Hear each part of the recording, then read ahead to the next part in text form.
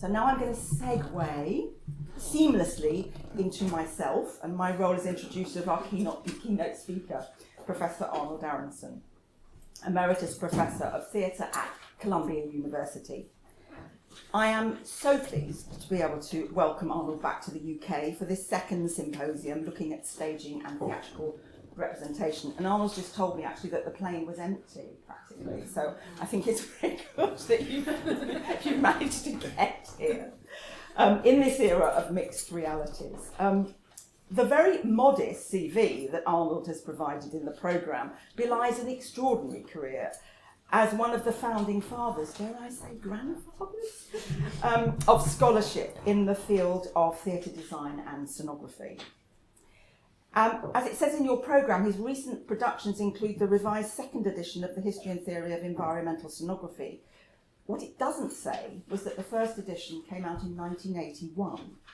And I have to say, rereading it, as I did recently, again, it's as thought-provoking and relevant as it was almost 40 years ago, with additional chapters looking at what's now kind of become known as site-specific, immersive theatre, these words all getting kind of confused and becoming interchangeable.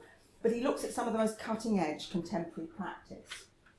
But the basis of the book still is very relevant to our thinking these days.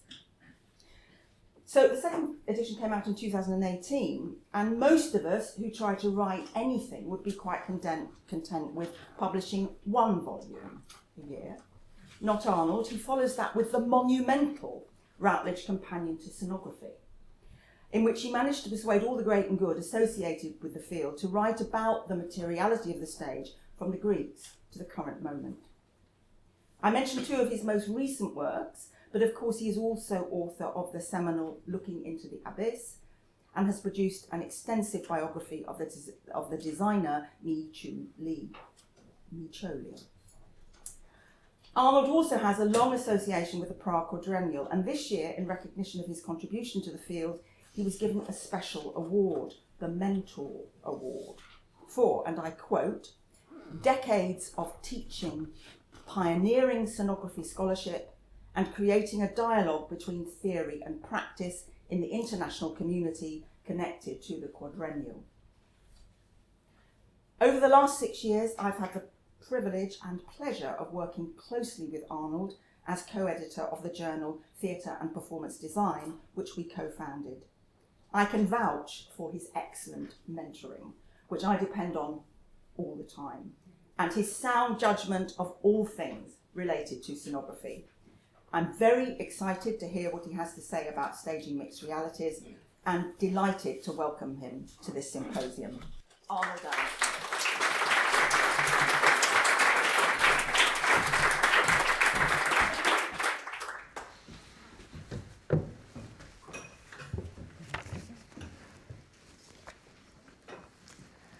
Just get set up here. After Jane's incredible introduction, I don't know that I can live up to that, so maybe I should just leave now. I'm also sort of amused that in a conference where we are today, dealing, of course, with cutting-edge technology, our clicker to control the slides does not work. So Gabriella, I will be signaling her through our secret, very real, not mixed at all. Okay, anyway, thank you, Jane. Thank you, Eileen. Thank you, everybody, for inviting me here. I was very honored to be invited back to give the keynote address for this conference. When I was invited to the last conference, about a year and a half ago, I guess, the topic delighted me. The topic last time was staging the real. It was so sort of deliciously exciting and provocative that the moment I received the invitation, I practically wrote the whole thing in my head. So when Jane Collins extended an invitation to me to speak this time, I have to admit I had a slightly different reaction.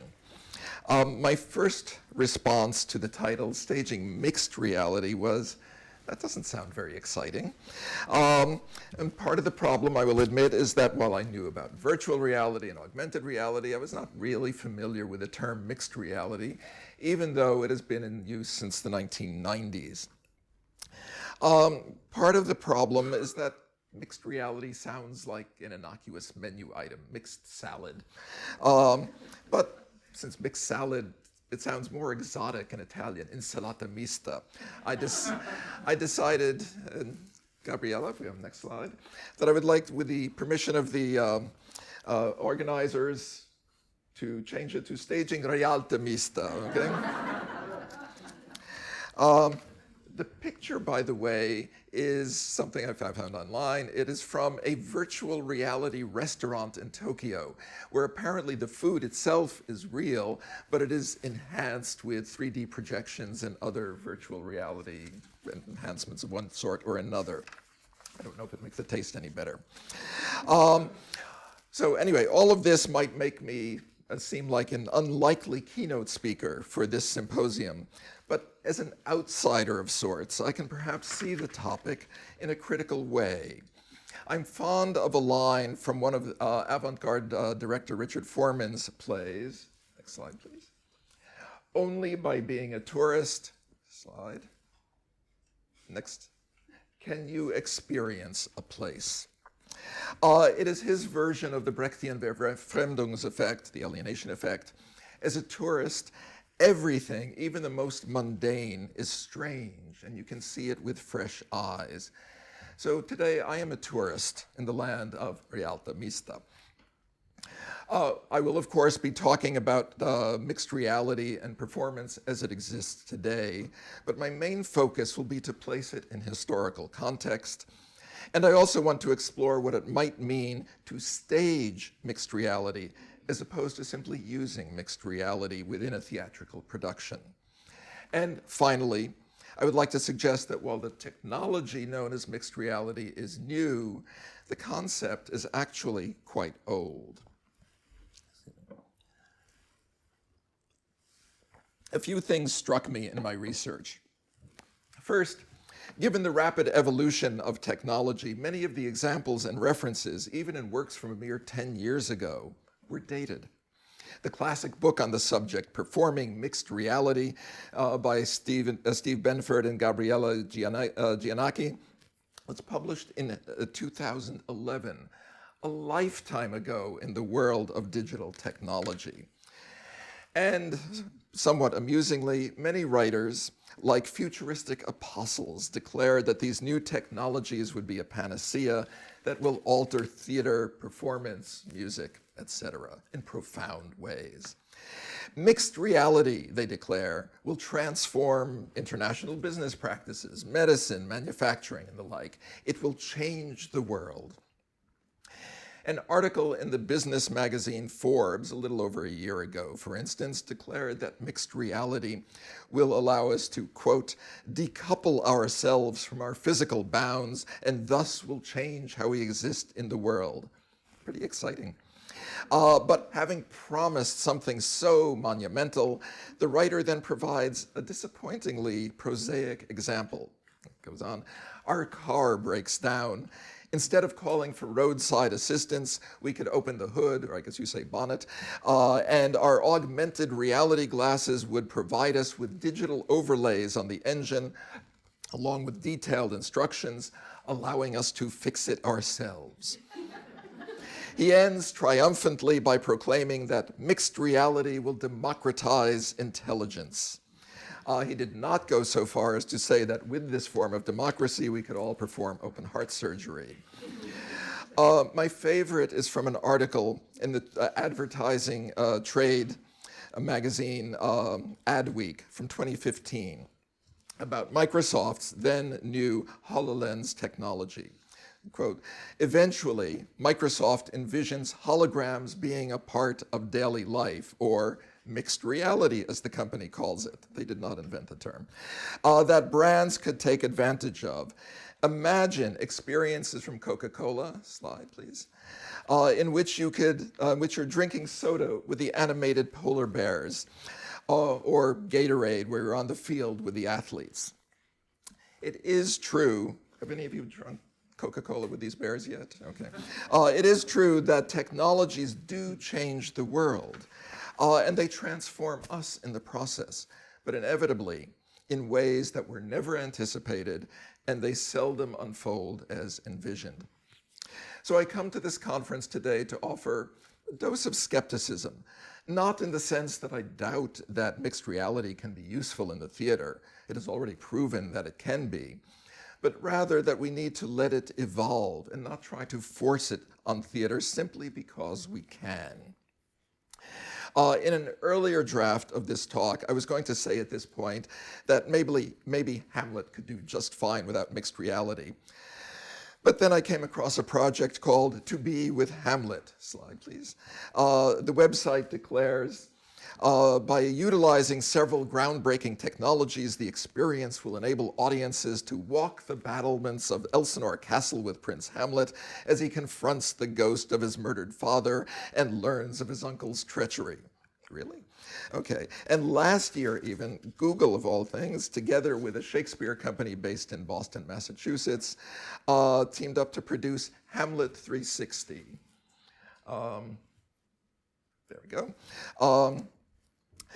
Thy Father's Spirit, a virtual reality film that somehow casts you, the viewer, as the ghost of Hamlet's father. I don't know if you can see, but in this mirror here, that is a spectator who somehow shows up as the ghost of Hamlet's father. So I think my skepticism comes too late. Okay, the title of my talk, as you saw, is The Reality of Things.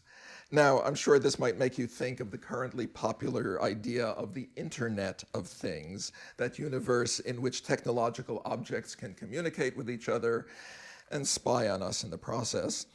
But I have actually taken the phrase from the 17th century philosopher John Locke and his treatise, An Essay on Human Understanding. I want to quote a paragraph from the second book of the essay, a book entitled, by the way, Mixed Modes, in which Locke considers how ideas are formed. Next slide, please. You can read along with me if you want. Experience shows us that the mind gets its simple ideas in a wholly passive manner, receiving them from all the existence and operations of things presented to us by sensation and reflection. We can't make such an idea for ourselves, but mixed modes are quite different in their origin. The mind often exercises an active power in making these several combinations. Once it has some simple ideas, it can assemble them into various complexes, thus making a variety of complex ideas, without examining whether they exist that way in nature. I think that is why these ideas are called notions, implying that they have their origin and their constant existence more in the thoughts of men than in the reality of things. That's my italics. To form such ideas, it sufficed that the mind puts the parts of them together without considering whether they had any real being, though I don't deny that some of them might be taken from observation. In other words, humans form ideas in two ways: from observing the world around them as it is, the reality of things, and from combining observations of the world in ways that do not exist in nature to create something new, a world of imagination, as it were. Locke, of course, did not envision futuristic technology, but in a sense, his mixed modes is analogous to mixed reality. For Locke, who was dealing in the formation of ideas, the mixing is done in the mind. But in the digital age, the tangible and experiential world is mixed with digitally created images and sensations, some of which may be taken from the observed world and some invented. But the combination, the mixing, creates a new perceptual experience. Almost all studies of mixed reality proceed from this notion of combination, of mixing, as well as the idea of overlay, that is the virtual laid on top of the real to create something new. The term mixed reality as a compound noun is generally attributed to Paul Milgrom and Fumio Kishino. Slide, please. who published an article in 1994 entitled A Taxonomy of Mixed Reality Visual Displays, focusing on telecommunication and visual display technologies. Slide. In their paper, they proposed their now well-known virtuality continuum. Essentially, mixed reality is everything that falls between the real and the virtual. But if we are going to mix realities, we have to start by defining real and virtual. For their taxonomy, Milgram and Cascino provided some basic definitions. Quote, real objects are any objects that have an actual objective existence. We can equate this with Locke's reality of things. Next, quote, virtual objects are objects that exist in essence or effect, but not formally or actually. This is what Locke ascribes to things with no real being. Joris Weidem, I think I'm pronouncing that correctly, a mixed reality designer and researcher who I believe did a presentation at the Prague Quadrennial, provides a succinct distinction between real and virtual environments. The real environment, he says, is understood as the physical space in which our bodies are situated, where sensory input offers a mental experience of what we consider reality. The virtual environment is interpreted as a mental space in which the imagined world is experienced, which can trigger physical reactions.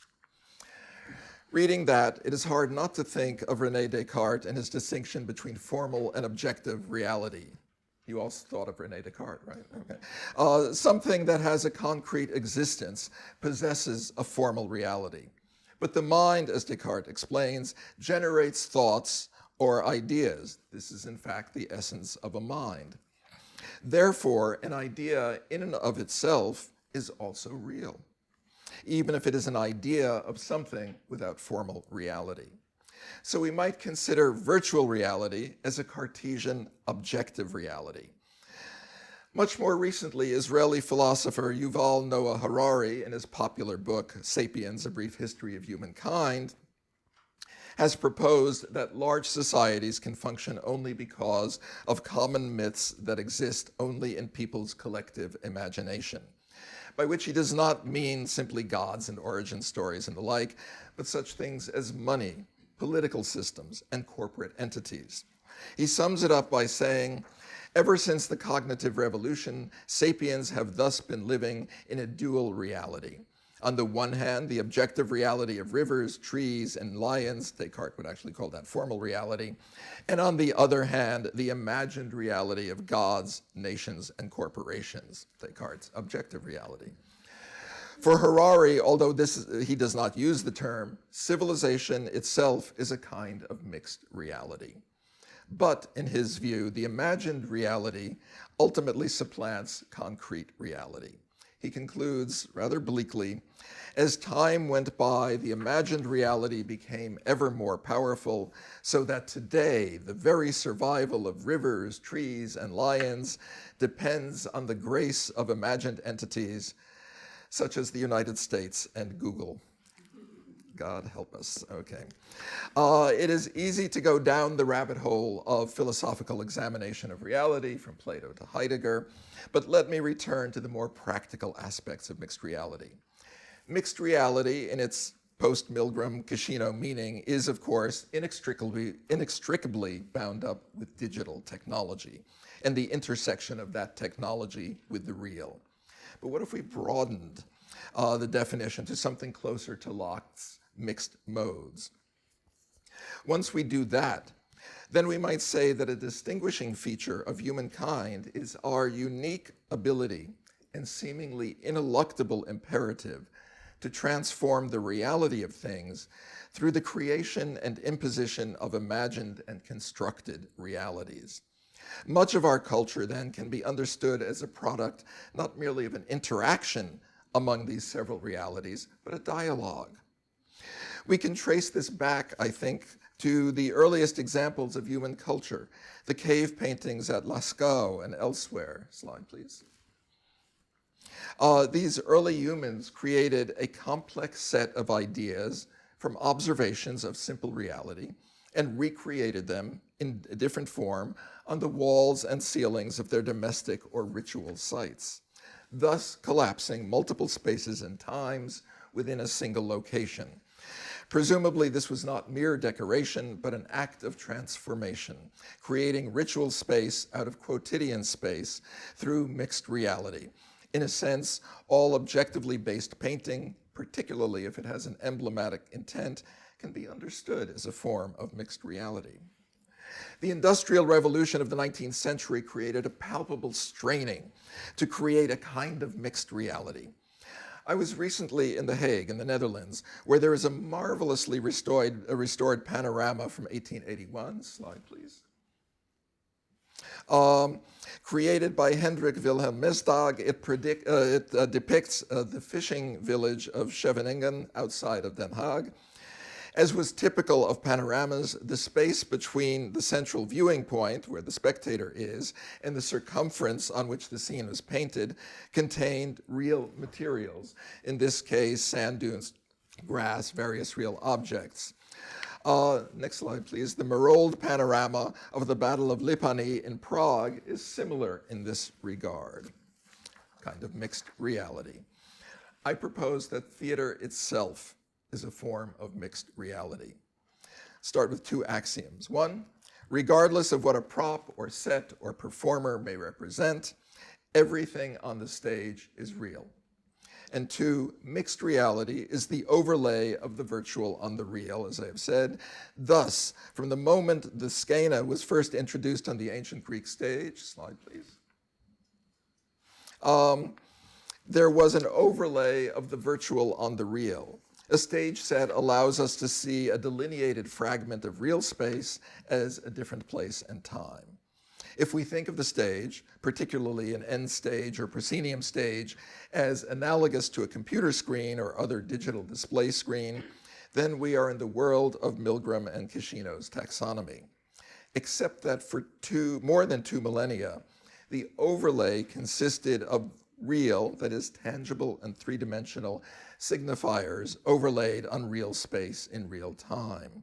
It might be described as real on real mixed reality, but one in which the overlay is transformed by the mind exercising an active power, as Locke says, to create the imaginative leaps of illusion. Beginning perhaps as early as the 16th century, this mixed reality of the stage was enhanced by the introduction of projections using the real but ephemeral qualities of light. The key development was the invention of the magic lantern, a projection device, and this perhaps is where the true history of mixed reality on the stage begins. It is one thing for us to suspend disbelief and imagine that a structure with a door is the facade of a palace, or a space with comfortable furniture is an actual parlor. We see real things in real space, in real time, and we make a psychological adjustment that allows us to understand them as representing something analogous, but in a different space and time. But it is rather different to see an image suddenly appear before us that our rational mind tells us cannot exist in this time or space, or perhaps exist at all in nature. Or to see the real fluidly interacting with the virtual, something, for instance, that the Theatre Company 1927 does much more inventively than almost any other performance group I know. But since there will be a presentation from them this afternoon, I'll say nothing more now. Whatever the origins of the magic lantern, it was first depicted, slide please, in the second edition of Athanasius Kircher's book, Ars Magnus Lucis et Umbrae, from 1671. Next slide. And so in this, there is his depiction of a magic lantern. And it is the first depiction that we know of. The late 18th century saw the emergence of shows known as phantasmagoria, now most closely associated with Etienne Gaspard Robert, a Belgian inventor and physicist who took the stage name Robertson. Next slide, please. He created an illusion of ghosts and similar creatures moving through the air in front of an audience in a darkened room with literally using smoke and mirrors. Next slide, please. And this is a depiction, sort of basic technology that made that work. Robertson's phantasmagorias were not plays in any traditional sense. They were basically exhibitions of projections intended to awe and frighten susceptible spectators. They were, in essence, displays of mixed reality. The most famous example of this mixed reality, and the basis for almost all projected illusions to the present day, is Pepper's Ghost. It was invented by Henry Dirks in 1858, who employed it as part of a phantasmagoria show, but it was turned into a theatrically viable effect by John Henry Pepper, who presented it at the Royal Polytechnic Institute in 1862. Slide, please. This technique relies on the equation you may have learned in a physics class. The angle of reflection equals the angle of incidence. And so for those of you not familiar with this, basically the way it works is that there is, in this case, a ghost below in the sort of orchestra pit. Light is shined on the ghost. It is reflected in this piece of glass, but angle of incidence, reflection, it appears to the audience to be there, and so the actor is having a sword fight with a ghost. What I have not been able to determine, and this is a subject for maybe a different conference, is how they created a piece of glass this big and supported it on the stage. But somehow they did. From this point on, we can cite numerous examples of this form of mixed reality. Jumping ahead to the mid-20th century, we come upon the work of Czech scenographer Josef Svoboda, who created a theater called Laterna Magica, first seen at the Brussels World's Fair in 1958. It combined film and still projections, moving screens, and other, for the time, cutting-edge technology to create an interaction between a live performer and projected images. The introduction of video into live performance, explored by avant-garde companies such as Squat, I'll just go through a series of them, Worcester Group, beginning in the 1970s and 80s, and in more sophisticated ways by Robert Lepage and his company Ex Machina, the New York-based company the Builders Association, and the Belgian director Ivo van Hove and his scenographer Jan Versweveld. Final one. All of these can be examples of mixed reality, although they are seldom ever discussed in those terms.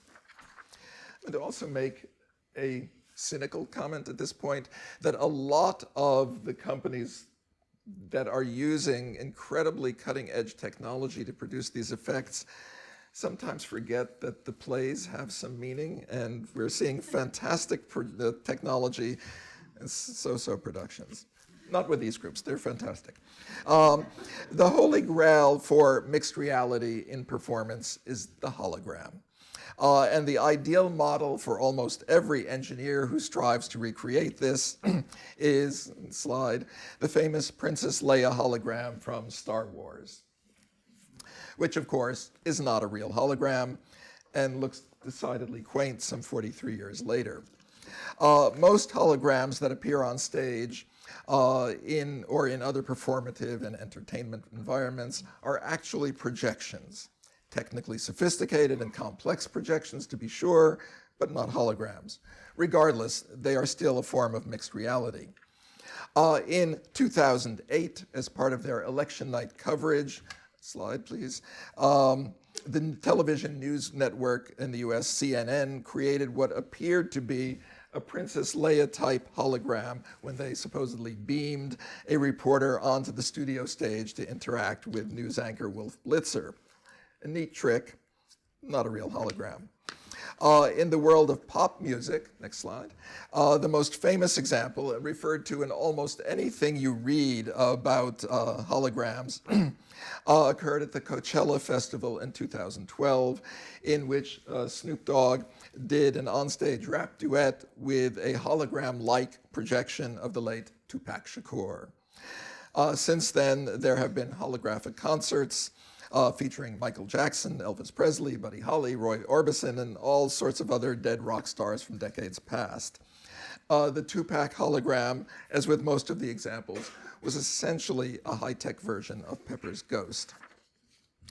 The appeal of holography for mixed reality is that if it truly worked, so let's make sure I'm not talking too long, in what is still the fantasy realm of science fiction, it would mix three realities: the actual space of the observer, the holographic image either captured from the real world or digitally recreated, and the actuality of the diffracted light.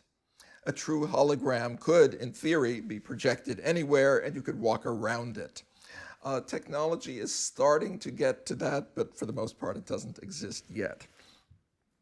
But the so-called holograms we encounter on stage require some kind of medium on which an image is projected and reflected, and thus they can work only within a frontal relationship between stage and audience, often with a limited range of seats from which the illusion will work. I'm going to show you a very brief video from a Montreal-based theater company called Le Mieux Pilon for the Art, which has been creating works with holographic-like images since the late 1990s. And this is like a 15-second clip. I think you have to click it once more. Je sais bien que personne ne croit au film, mais sans lecteur. Il y a d'abord lui.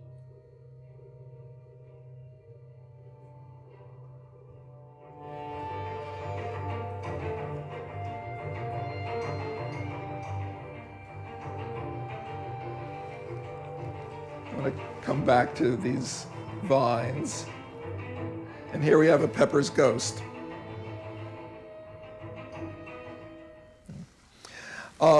Those vines that you saw creeping up are projected on some kind of a scrim. But the point that I want to make with all of this is that since we need some kind of surface on which to project any of these images, it creates a certain stable set of objects on the stage, even if you're not aware of them, which has an effect upon the blocking. In many productions, it creates this kind of horizontal movement because we still can't project something just anywhere. As fascinating and delightful as these examples are, I return to my basic question. Is this staging mixed reality, or is this simply using technology to enhance theatricality? Fundamentally no different than the mechanos, the deus ex machina, of the ancient Greek theater, or for that matter, standard lighting design. I would argue that it is not different, and therefore it should not be considered staging mixed reality. It is using the tools and vocabulary of mixed reality to enhance a production, which is perfectly fine. But how do we stage mixed reality? First of all, we humans live in a world of mixed reality today. But even in the past, Locke, Descartes, and others seem to suggest that there is an inextricable link between existent reality and the imaginary created in our minds. In fact, it is almost impossible for us not to conceive of entities or interactions that do not exist in the objective world. The challenge is to move beyond the imaginary, and especially to move beyond the passive observation that is endemic to traditional theater. The goal is to create an embodied experience of mixed reality, one that allows a spectator to experience both the formal and the objective, the reality of things and things that exist only in the mind. One of the definitions of staging in the Oxford English Dictionary, definition 3A to be precise, is to put a person into a play. I will interpret this definition in its broadest sense possible. Staging is the act of putting someone within a theatrical environment. It changes the traditional notion of spectator from someone who sees or watches, spectator, to someone who experiences. If we are talking about staging mixed reality, then we are talking about the active participation of the spectator, not sitting at a distance and observing, but existing within or moving through a space that is transformed through the combination of the real and the virtual. I should note that much so-called immersive theater does, in fact, place the spectator in such a situation, but usually without the virtual or augmented reality as part of it. It is mixed reality only in the sense that all theater is mixed reality. If I talk about it in this way, then I must acknowledge the philosopher Jacques Rancière and his notion of the paradox of the spectator. Theater requires a spectator, yet, observes Rancière, to be a spectator is considered a bad thing. First, because, quote, viewing is the opposite of knowing, and second, because, quote, it is the opposite of acting. The spectator remains immobile in her seat, passive. Spectators, he concludes, can neither know nor act. To stage mixed reality, then, may mean the abolition of the spectator, at least in any traditional form.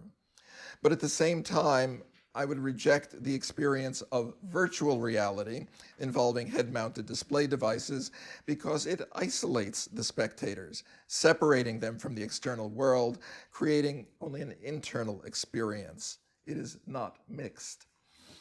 John Cage, the great composer and theoretician, in a 1965 interview defined theater as something which engages both the eye and the ear, because these are the two public senses.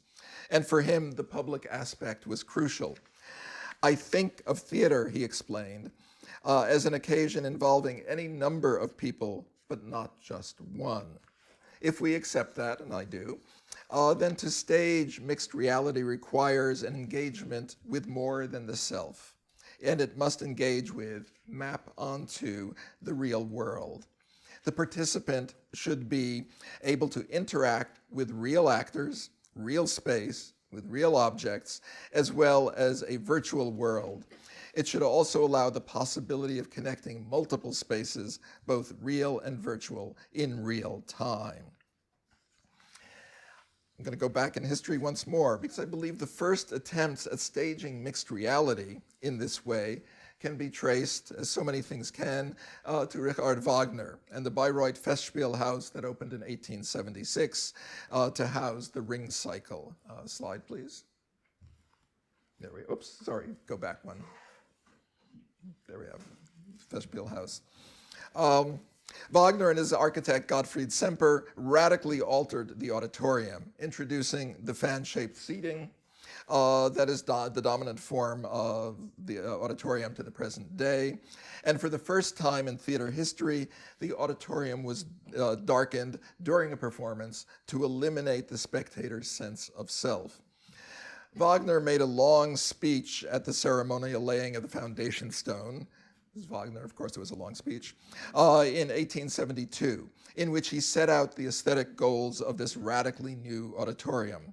He claimed that the new auditorium would place the spectator in a new relation to the stage. Quote, if this impression is pure and perfect, then the mysterious entry of the music will prepare you for the unveiling and clear presentation of onstage images that will seem to rise up before you from an ideal world of dreams and reveal to you the whole reality of a noble art's most meaningful illusion.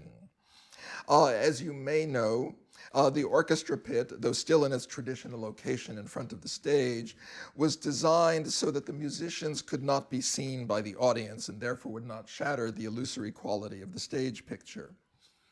The hidden orchestra pit, therefore, created a space between the stage and the auditorium, framed by a double proscenium. Wagner called this space the mystic abyss, because he said, quote, its function was to separate reality from ideality, so that the stage picture appears in consequence to be located in the unapproachable world of dreams. Wagner was one of the first people to seriously consider and theorize the relationship of the spectator to the performance. He was attempting a radical transformation of the spectator experience in ways analogous to what the creators of mixed reality and performance are trying today. I would argue that his goals were even more radical. He wanted the spectators not merely to view the alternative world of the opera, but to lose their sense of self and project themselves into this idealized cosmos.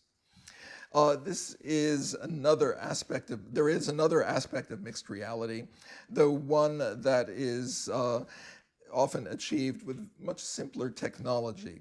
And this is the bridging of multiple times and places in the real world. Just a couple of examples. The German company Rimini Protocol has been using communication technology, such as smartphones and computer tablets, for decades to link disparate places. In 2005, they created a production, slide please, called Call Kutta, in which the participants become tourists as they are individually guided on a tour of Berlin, receiving instructions over a mobile phone. However, the people who are giving the instructions are operators in a call center in Kolkata, India, reading from a script, much as they would be when providing customer assistance for products and services to consumers from all over the world. As the operators guide the participants on their route, they engage in conversation about work and life. I think I'll just skip. I have another example from them called Situation Rooms. We can just go past that, I think. Most of the events that we might classify as mixed reality experiences involve digitally based virtual technology. And most are focused on entertainment rather than politics and social issues. A show entitled Whilst They Were Sleeping by Circa 69, for instance, from 2017, was performed as part of the Brighton Digital Festival at the Old Market Theatre. The creator explained, "The show will take over the whole of the venue for 4 hours a night, the bar, the main auditorium, the dressing rooms, the basement storage areas, and a maze of interconnecting corridors all included.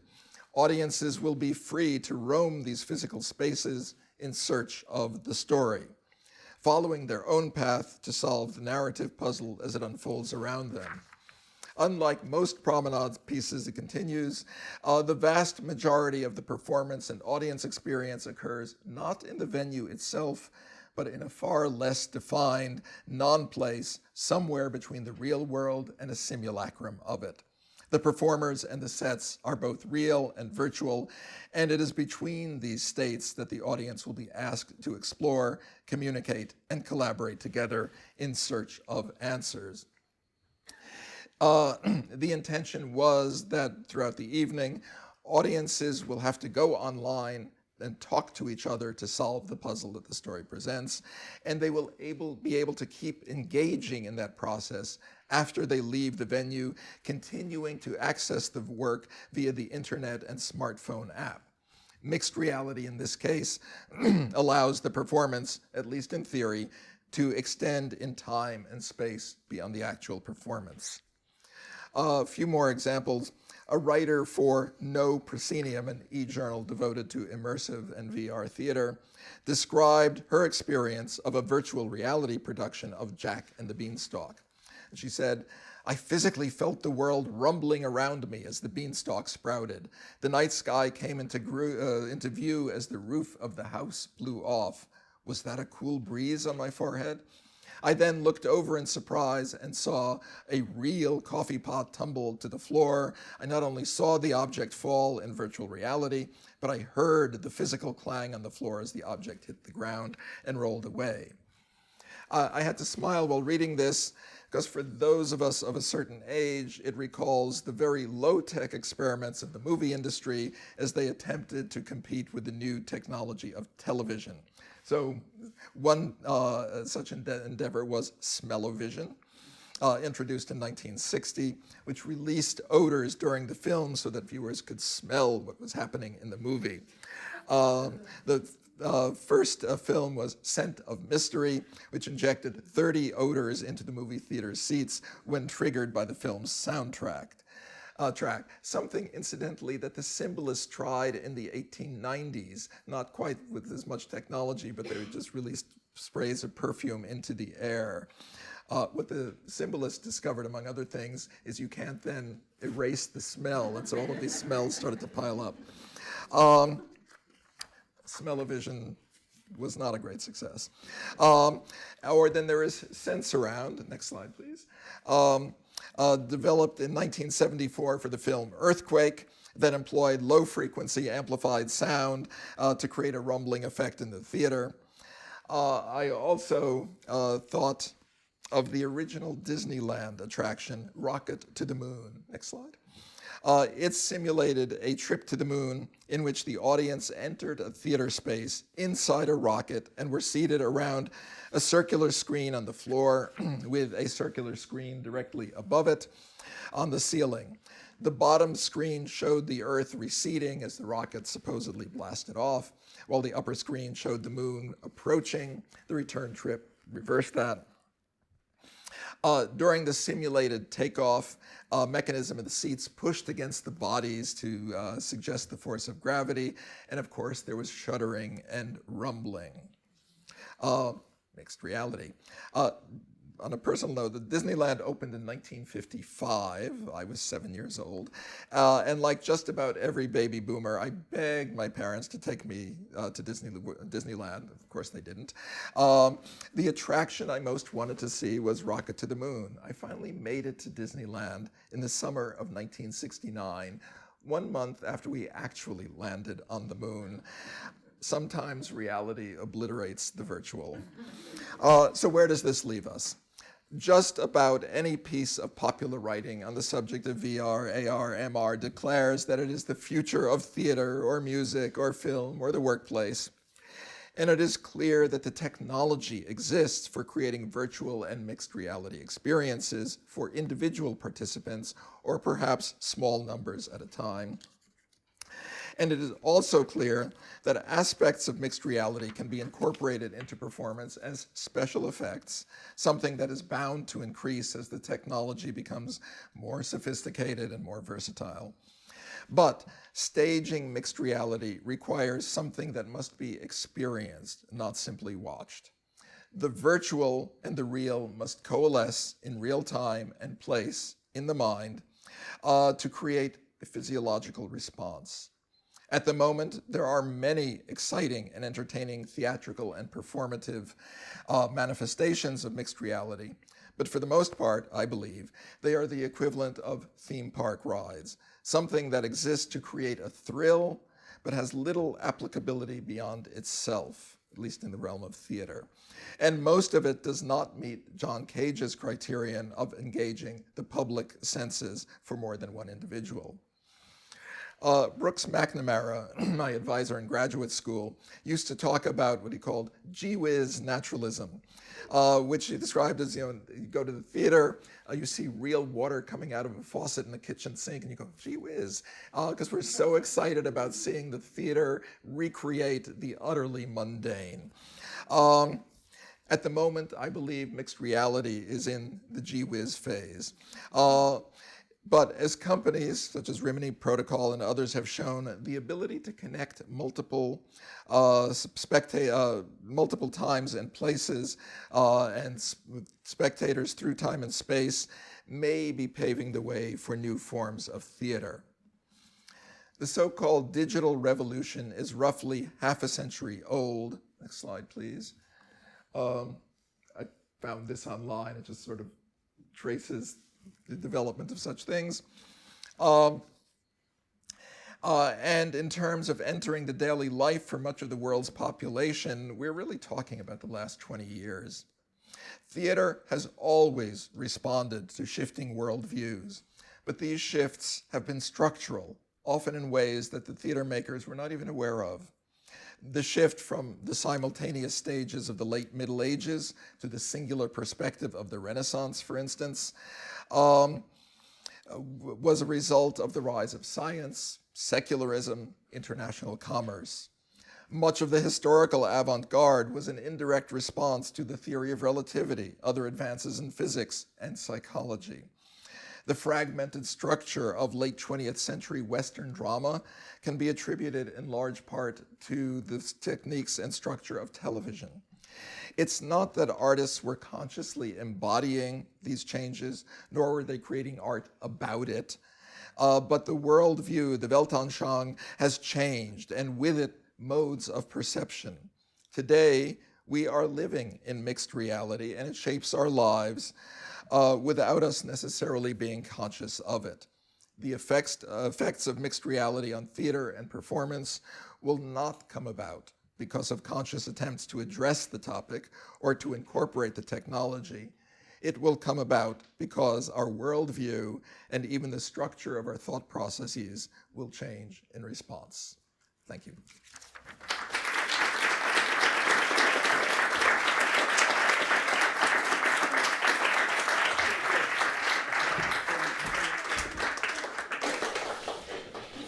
Thank you, Arnold. Thank you so much. We have, I think, 4 minutes. You can't sit down. Because you've got 4 more minutes of you at this moment. To just see if there are any questions immediately that come out of that incredibly rich. I didn't say at the beginning, I mentioned that of course you are a historian, so inevitably the whole issue is placed in a historical context, which I think is what's been so wonderful for us all. But before we release Arnold to have a cup of coffee, does anybody have any immediate questions you'd like to ask? Just quick things on the top of your head. If you eventually do, my hologram will be available to answer questions. Oh, yes. Thanks so much for an amazing, talk. I'm interested in what you said about the isolated nature of the current gee whiz VR experiences, with the headsets. I read about a South Korean hologram avatar, so a woman who lost her dead daughter goes into this space on her own with the headgear and visits her daughter, who they recreate, a 6-year-old girl. She found it very moving. She was able to let her daughter go. It helped her with her grief. But it was a singular experience, was meaningful, but no general applicability beyond that. Where do you see, in which area or field, is it going to be art, theatre or film that manages to apply this new technology in a way that's applicable? That's actually a moving example that I was not aware of, and certainly mixed reality, virtual reality, all of these things can be very valuable, very useful for individuals and in various circumstances. Within the theater, part of what I was grappling with in my talk is that I'm not entirely sure. As I said, mixed reality for theater is mixed reality, but the technology shows up in all sorts of ways and it is being used. But theater has always used new technologies to enhance the performance in one way or another. So you may have better examples or ideas than I do about how it might actually transform or affect the development of theater, of film, of all of the performing arts. I guess I fall back on my last idea that new technologies of this sort sort of seep into us and transform almost literally the structure of our brains. Looking around, seeing most of you, estimating the age of most of you in the audience today, many of you grew up with personal computers, cell phones, all of that, which my generation did not. And you think differently, you act differently, you assume things about the world differently, and so you're going to create things differently in response to that, not because I'm going to write a play about mobile phones, but rather that technology changes the whole structure of our thought. So I can't predict what that will be. But. Yes. I've got a question related to that, actually. If we kind of acknowledge that audiences' perceptions have already changed, that the kind of, as you say, the structure of our brains have changed through technology use. You said that the future of staging mixed reality won't be a kind of conscious shift, but an evolution. Might there not need to be some kind of conscious grappling with the kind of new subjectivities of our audiences now as theatre makers? Yes.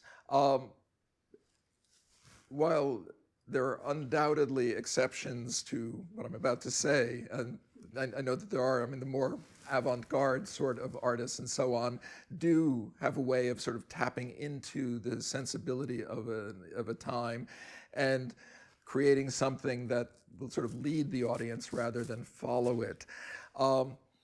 But I think you will come across any number of productions or new writings or new art which seems to be sort of consciously trying to address this. And I think if you're doing that, you're already, behind the wheel in some way. It is the artists that either instinctively are thinking in these new terms and will know how to, to relate to an audience or to create new ideas. And it will either come about instinctively or subconsciously, or somebody who grasps this new worldview and can embody it. So on a very mundane level, I think that certainly going back like 10 or 20 years ago, it showed up in opera in particular to show that we were modern. Everybody was on cell phones, on mobile phones in the opera. It had nothing to do with anything, but it made it modern. Everybody uses projections now, video projections, because that makes it modern. The really new developments are ones that sort of understand what that technology is and how it relates to an audience. Well, I think another talk I'm giving next week dealing with site-specific and immersive theater. Immersive theater has become enormously popular, I think in part because audiences don't want to sit and watch people up on stage talking or whatever. They do want to experience something in some way. I think that's in some way a part of it. Can I just quickly ask you a question? It is to do with, I think one of the things for me that came out of your talk was this shift in perception and how audiences are changing and expectations of audiences are changing. And I wonder if, when we go back and talk about Wagner, but actually what we're looking at now are different ways of being together. That what this technology has created is that there are different ways in which we form a community. I don't think I do, because I'm still back, I like to be in a room with people or a space with people, but I think Rene Protocol is a fantastic example of that, of creating a community through distance. I wonder if that's also, almost on a political level, one of the ways in which theatre is going to kind of start using this in radical ways. No, I think so. I mean, for time, I cut short a little bit my stuff on Rene Protocol, but I think, we talk about a global world, which is, of course, in the last few weeks being challenged in very serious ways.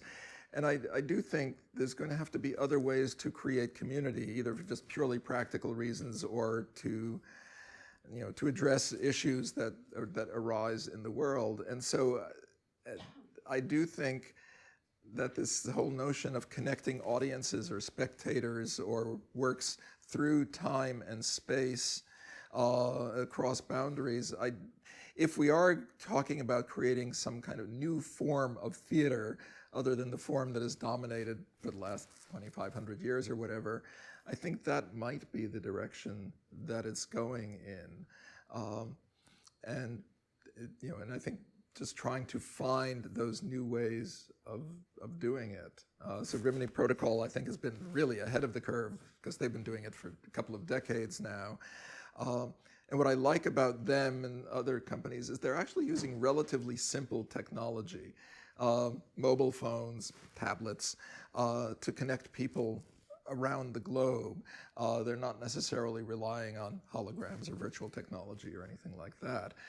Using the things that we're already familiar with to create some kind of new community.